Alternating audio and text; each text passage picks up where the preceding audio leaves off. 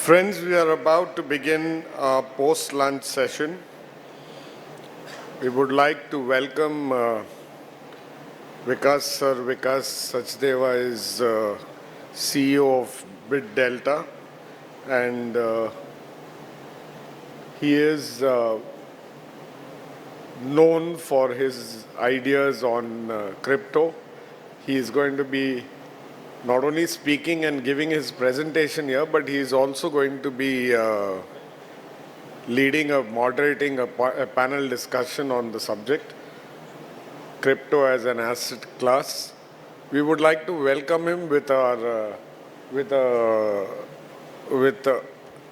trophy, a citation, and an award, and these are we are very grateful to these thought leadership kind of people. And so I'll request sir to come up. Vikaas sir.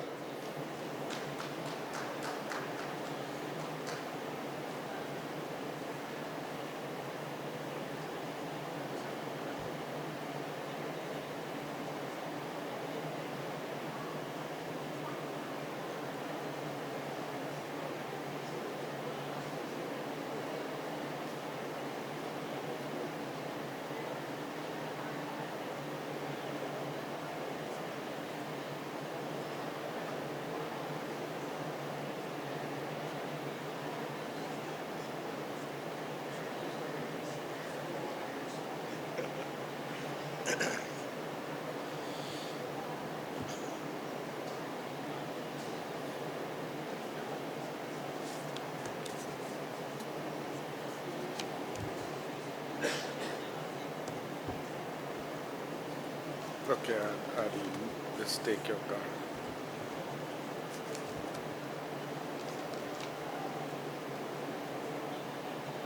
You too.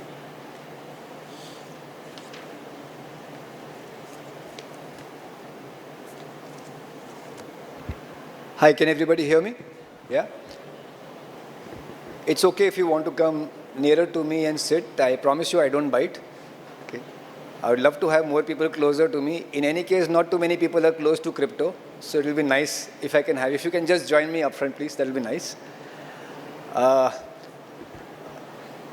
My mandate is to actually talk about crypto as an asset class through this presentation as well as through the ensuing panel discussion.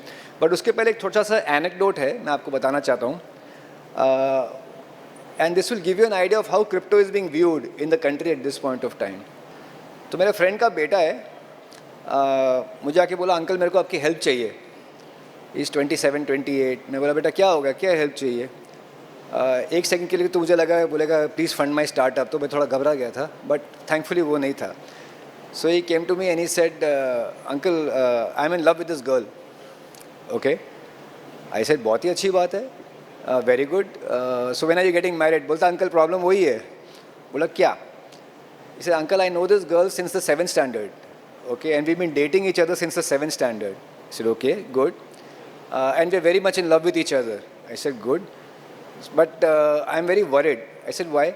I said, I don't know how my parents will react to the fact that I want to marry a girl of my choice. Love marriage. Okay? So I said, you're of marriageable age? The yes. You're marrying a girl? Yeah. Then what's the problem? Go and talk to your parents. No, my parents are broad-minded, but I don't think they will accept love marriage. So I want you to evangelize this particular rishta to my parents. And it just set me thinking. 4 महीने पहले, मुझे company में आके 4 महीने हुए हैं. 4 महीने पहले I was probably like this guy, जो सोचता था कि crypto is something which is very grey, you know, it's got all sorts of opaque ambiguities around it and all of that. But now, when I'm on the other side of the fence, I'm like that guy, okay, who's now talking about the fact that he's got a girlfriend, but he can't talk about it in open. Believe it or not, I've spoken to so many people after I've joined here, and there are so many people who are invested in crypto. Did you know, to start with, that worldwide, 1 out of every 3 investors is from India? I'm not saying he's Indian. He's from India. That is the amount of penetration which crypto as an asset class has had. And it's still going to take somebody coming in from traditional finance to come and talk to you to evangelize that product. So on that note, I will just quickly run through this presentation. It's only 40 slides, and I know post-lunch you're very keen to listen to all 40 slides, so I'll make sure I go slowly through all 40 slides. Just a joke. So this is basically a case for digital assets. Basically, we have assets, we have physical assets. This is a digital asset, which I'm going to talk about. So let's define what is a digital asset to start with. One definition is the way it is defined. Can everybody see this here? Yeah? So, this is something which the Income Tax Act of 1961 via Finance Act 2022 is giving a lot of definition, but it's very interesting. The word which caught my eye was the word excluding, if you can see that. It's everything excluding Indian or foreign currency. So that means as long as you don't think of it as currency, this is an asset for you. It's a virtual digital asset. But if I have to give you more conventional classifications, most people think that crypto is Bitcoin or a virtual digital asset is Bitcoin. Actually, no. And I'm just oversimplifying things from my understanding. Basically, I hope you find this interesting. Basically, Bitcoin is something like gold. It's a hedge for your portfolio, and I'll explain how. Stable coins, and I was just discussing with my colleague Hiren a few minutes ago about stable coins, and he made a very interesting observation. He said that stable coins are like liquid funds. Stable funds are like debt, are like cash. It's a very oversimplified definition. They're very different animals, but in terms of perception, that is what stable coins are. And altcoins are where most of the footage happens, most of the action happens. Doge coins, meme coins, all sorts of coins, pump and dump, that all happens in altcoins. I would like to link it to small cap equity. So Bitcoins is gold, stable coins is debt, and altcoins is small cap equity. Yeah, it's a very oversimplified definition, but it will just get you to understand the way I am understanding it. Anthony Scaramucci is one of the biggest evangelists of crypto. In 2013, when he first encountered this entire concept, he was extremely dismissive. In fact, he went through a training session, and then he came up with this thing, and he saved this tweet and he's written a book on it. For the record, I don't know what a Bitcoin is and couldn't care less. Care less, the spelling is wrong. It should be care space less. Caveat emptor means buyer beware. Cut to 2020, wherein he discarded all his existing traditional wealth management businesses and pivoted completely to crypto. And he goes out and says, with all humility, I had closed my mind, don't repeat my mistake. It's interesting to just go back and talk about the Kodak moment. We all know about the Kodak moment. There's reams and reams of history written about how Kodak lost the plot from pictures, photos to. But actually, if you see, there's a curve which is being followed. It started with photos, it went to music, it happened to telecom, and it's now happening to money. To start with, anything which can be digitized, if it can be made 1 and 0 in terms of digital bits, if anything can be digitized, that's the first step. Photographs got digitized, music got streamed, landlines got completely wiped off. That's the first step. Anything which can be digitized does not need storage, so it can be dematerialized. Anything which can be dematerialized can be distributed freely. Anything which can be distributed freely effectively means that it is demonetized. So you have digitize, dematerialize, demonetize, distribute, and then of course disrupt. And that's exactly how everything has moved. From photographs to communication to music, and now Bitcoin or virtual digital assets is the internet of money.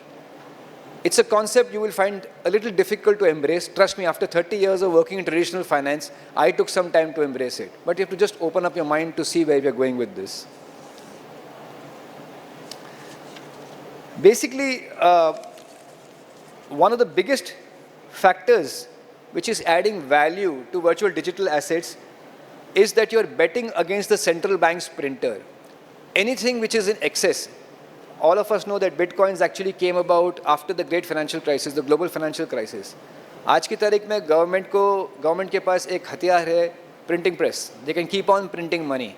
In fact, it is so bad in countries like in some African countries, जैसे ही salary आती है, लोग जाके खर्च देते हैं, because they don't know. You know, they take this bag full of money, they go to shopping malls in the shop, because minute by minute, hour by hour, the prices of things change. So it is better to spend than to save. So that can be very counterproductive when you have the liberty to publish or print money. The US is the classic case. 80% of dollars in circulation have been printed after 2020. And I'm not saying it's good or bad, I'm saying it's a fact. So your purchasing power keeps melting over time. And that is the genesis of this particular asset class. But this is not the first time it is happening. If you go back in history, you will find that we started off with barter. Barter was a little difficult to monitor, so we moved to ledger because it was more portable. Then we moved to coins because it was more convenient. And then we moved to fiat. Fiat is the dollar, which was pegged to gold, which was based on trust. From fiat to Bitcoin, we have moved to speed, and now we are trying to re-establish trust. See, Bitcoin is important from the point of view that it establishes that scarcity actually creates value. It's the opposite. Like I said, you're betting against the central bank's printer. So every evolution solves a previous defect. And in this case, the defect is too much of cash going around. And very quickly, if I can just take you through 3 ways of how value is stored. One is fiat currency. It could be the rupee, it could be the dollar. Let's talk about the dollar right now. And you're talking about gold and Bitcoin, and we mapped it against parameters like scarcity, portability, divisibility, durability, and verifiability. And in all of this, you will find that fiat currency and gold actually score on one point or the other. But in all 5 points, it is basically a virtual digital asset which scores. Very interesting trivia.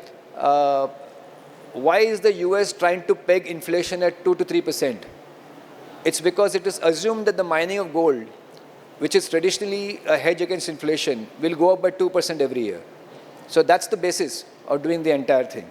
Now, if you look at Bitcoins, there will be only 21 million Bitcoins ever. That's by construct. It's very portable. You can actually carry it on a memory stick. My friend Hiren was talking about the fact that now you can actually custodize it. You can hold it in a cold wallet in your own name. There are 100 million units. They're called Satoshis per Bitcoin. There's durability. It lasts forever.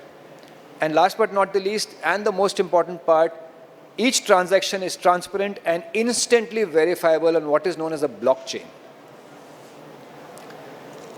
आपको मैं कुछ interesting data points दिखाता हूँ, which will further prove this point of how fast this asset class is growing. It took 10 years for gold ETF to touch $10 billion. 10 years. It has taken less than 2 months for the BlackRock Bitcoin ETF to touch 10 billion. And that is how fast smart investors and institutional investors are moving into this. हमको भी अभी लगता है, लेकिन एक time पे Larry Fink, who is the CEO of BlackRock, he has actually gone on record to say that Bitcoin is basically an index for money laundering. In 2023, he has come back and said it's a flight to quality. It's an asset class that protects you. So the world has moved full circle. You have to get into the asset class, understand the asset class to realize what it actually is. Very quickly, some myths versus market realities. By the way, I must also share with you that the comparison with gold and stable coins and all of that was courtesy of a friend of mine, Kushal Patel. I think he's going to be on the panel with me. He explained it to me the first time around. This is how you should understand it. So it's good to learn. In terms of myths, crypto moves like equities, there is no real diversification benefit. On the contrary, the correlation is dynamic. In fact, in an equity meltdown, historically, crypto has been non-correlated across concentrated portfolios. Crypto is speculative and is not driven by fundamentals. While one can talk about BlackRock's IBIT ETF to become at $70 billion in just 341 days, the way I look at it is stocks is bottom up, virtual digital assets is top down. It's all about macroeconomic factors. You need a lot of money to invest in Bitcoin. You can invest with just $100 today. I was surprised. My predecessors have done such a great job that if you have 100 rupees, you can pick up a unit of a Bitcoin today. And Bitcoin is a bubble that will eventually burst. ये तो हर एक asset class के बारे में होता है. But the sign of maturity is that asset classes like these go through churn. जब गिरेगा तो बढ़ेगा, 2 बार ऑलरेडी गिर चुका है. I think that sign of maturity is already come here.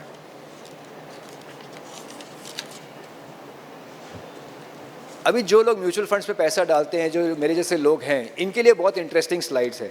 अगर ये आपको कन्विंस नहीं कर सकता तो पता नहीं क्या कन्विंस करेगा. अगर आपने 10,000 रुपये डाला होता 2016 में, अगर आपने 10,000 रुपये डाला होता 2016 में, निफ्टी 50 में आपके पास आज होते 2 lakh, sorry this is 1 lakh, आपके पास होते 2,24,000 रुपये. S&P 500 361, silver gold, but in bitcoin it would be 1.52 crores. तो मैं अक्सर अपने कलीग्स के साथ मजाक करता हूँ कि मैंने SIP म्यूचुअल फंड में किया तो आज तक मैं EMI भर रहा हूँ. अगर मैंने क्रिप्टो में किया तो शायद बिल्डिंग खरीद ली होती मैंने. और ये डेटा है जो आपको दिखाता है. अगर आपने 10,000 रुपया महीने का SIP किया होता from 2016 till December 2025, that means 12 lakh रुपये आपके डल गए होते. 12 lakh would have been 51 lakhs in silver, 44 lakhs in gold, 22 lakhs in Nifty, but 2.51 crores. And this is data. This is logic. You can go and check it. There is a source also given here. लोग बोलते हैं बहुत ही volatile है. Yes, it is volatile. But if you look at a 5-year rolling returns, you will find that there is some semblance of sanity which is coming in. So minimum time frame is around 5 years. You should hold on to a Bitcoin investment. The Sharpe ratio, for those who understand risk management, the risk reward ratio is far better in a Bitcoin. It's actually the best amongst all asset classes. Worldwide, Bitcoin has now started becoming a part of every asset allocation. See, when you're doing asset allocation, you actually do it mindfully. It's not all in. It's usually a little bit of money coming in. And if you understand the efficient frontier, which means the frontier in which most of your investments peak out or give you the best returns, it has been proven that anything between a 1 to 5% allocation to any portfolio will actually give you much better risk-adjusted returns. Right hand side पे आप देख सकते हैं, अगर 100% Nifty के साथ 95% Nifty और 5% bitcoin डाला जाए तो कैसे रिटर्न्स में फ़र्क आ जाता है. बट एक्चुअली रिस्क क्या है? रिस्क ये है कि बेयर केस में बिटकॉइन जीरो हो गया, सबको यही डर लगता है बिटकॉइन जीरो हो जाएगा तो क्या होगा. ठीक है, आपके 2 से 5% ओवरऑल पोर्टफोलियो रिटर्न में चले जाएंगे. लेकिन if bitcoin performs the way it is, it can give you up to a 10x return on your portfolio.